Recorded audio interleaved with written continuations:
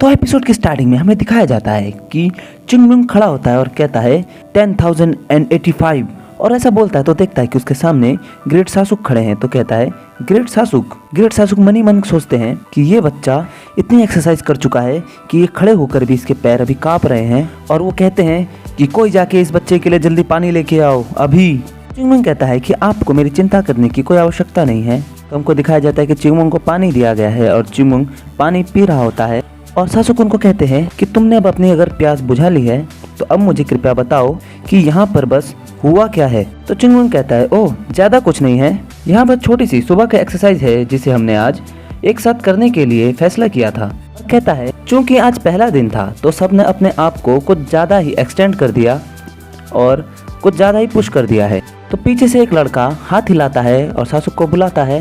जब सासुक पीछे मुड़ते हैं सासुक मन ही मन सोचते हैं कि वो सब इस बच्चे से डरते हैं इसलिए सुबह उठ के इतनी जल्दी ट्रेनिंग करने लगे हैं। ये सब खुद को माउंट हुआ सेक्ट के शिष्य बताते हैं और ये यहाँ आए एक छोटे से नए बच्चे से इतना डर गए हैं। तो सोचते हैं कि क्या मुझे चिंगमुंग को वार्निंग दे देनी चाहिए। तो चिंगमुंग को कहते हैं कि तुम्हारी हिम्मत कैसे हुई white plum blossom boarding house में अपने नियम बनाने की। और कहते हैं कि तुमको किसने कहा कि अपनी नींद को बर्बाद करके यहाँ पे ट्रेनिंग करो।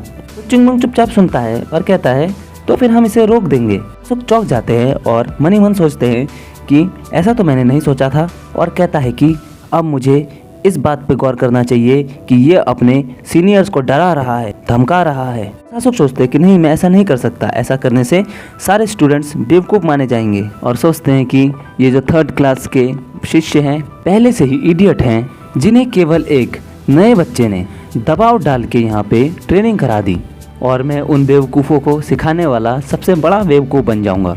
तो चिंगमुंग कहता है 1 महीना।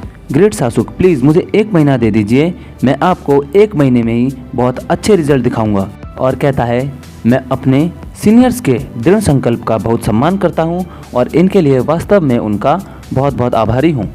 और कहता है हालांकि ये ट्रेनिंग बहुत ही हार्ड है लेकिन उनमें से किसी एक ने भी इसके बारे में कंप्लेन नहीं किया। जोर से चिल्ला के कहता है क्या मैं सही कह रहा हूँ। तो वो जो सीनियर्स होते हैं वो लोग कहते हैं कि हाँ सही कह रहे हो। तो ग्रेट सासुक मन ही मन सोचते हैं कि ऐसा लगता है कि उनमें से किसी के अंदर भी इतनी हिम्मत नहीं है कि इसके खिलाफ शिकायत कर सके।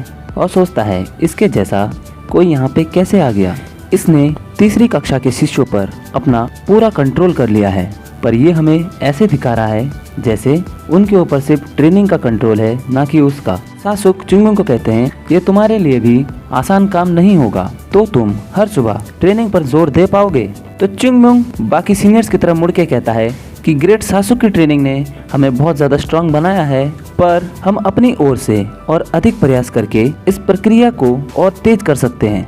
तो हमें और ज़्यादा रिस्पॉन्सिबल होना होगा हमारी ट्रेनिंग के लिए और इसके लिए हमको हमारी नींद भी त्याग करनी पड़ेगी। ग्रेट सासुक अपने मन ही मन सोचते हैं कि तो उन्हें लगता है कि उनके ट्रेनिंग के बीच कोई भी कारण नहीं होना चाहिए। तो ग्रेट सासुक चिंगमुंग से कहते हैं कि सबसे इम्पोर्टेंट बात है कि तुम अपने सीनियर्स का कैसे ध्यान रखते हो। तो चिंगमुंग कहता है ये तो बहुत ही सरल है, मैं अपने सीनियर्स का नाम आसमान तक पहुंचाना चाहता हूं।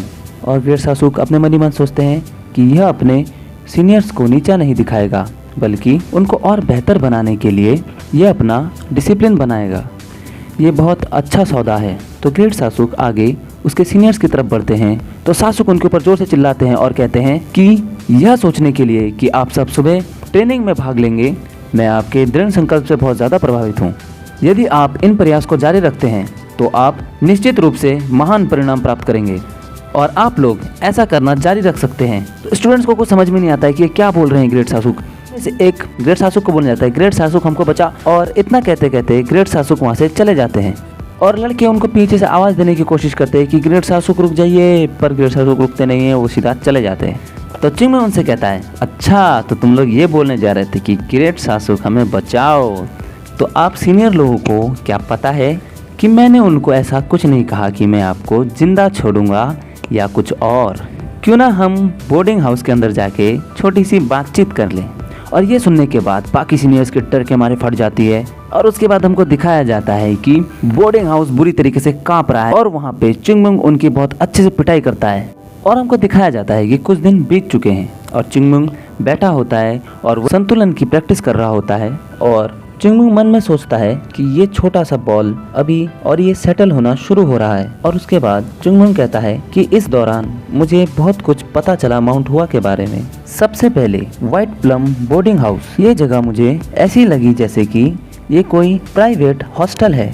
यहाँ टीचर और मास्टर के बीच जो बॉन्डिंग है उसमें कमी है, जिसकी वजह से यहाँ हर चीज जल्दी जल्दी की जाती है। और कहता है दूसरे प्रांत के नेता और संयुक्त राष्ट्र वंशावली उनके व्यक्तित्व को छोड़कर अब नॉर्मल जिंदगी जी रहे हैं, जो कमजोर हो चुके हैं और उनके ताकत की तुलना 100 साल पहले के माउंट हुआ से नहीं की जा सकती। और इस तरह उनके जो शिष्य हैं वह भी बहुत ज्यादा कमजोर हो चुके हैं। और उसके ऊपर 3rd लेवल के स्टूडेंट्स ने यहाँ पे सिर्फ सामाजिक संबंध बनाने के लिए ही प्रवेश लिया है, लेकिन इससे कोई फर्क नहीं पड़ेगा। और हमको दिखाया जाता है कि चिंगमुंग वहाँ पे बैठा हुआ है और उसके शरीर में पूरी तरीके से एनर्जी का फ्लो बना हुआ है। और यहीं पे हमारा ये एपिसोड खत्म हो जाता है और हम मिलेंगे आपके साथ अगले एपिसोड में। तब तक के लिए बाय बाय।